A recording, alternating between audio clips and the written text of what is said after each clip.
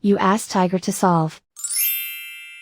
This deals with linear equations with one unknown. The final result is x equals negative 131 over 20. Let's solve it step by step. Simplify the expression. Expand the parentheses. Simplify the arithmetic. Group all x terms on the left side of the equation. Subtract x from both sides.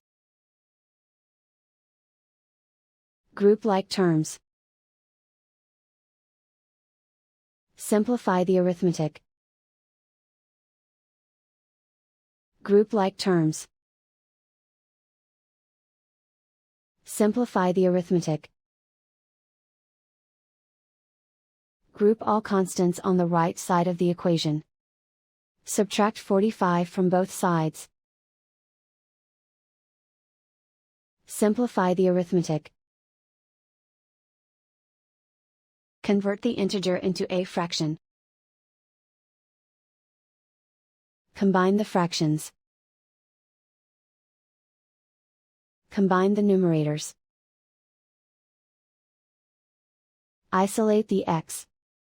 Divide both sides by -10. Cancel out the negatives. Simplify the fraction. Simplify the arithmetic.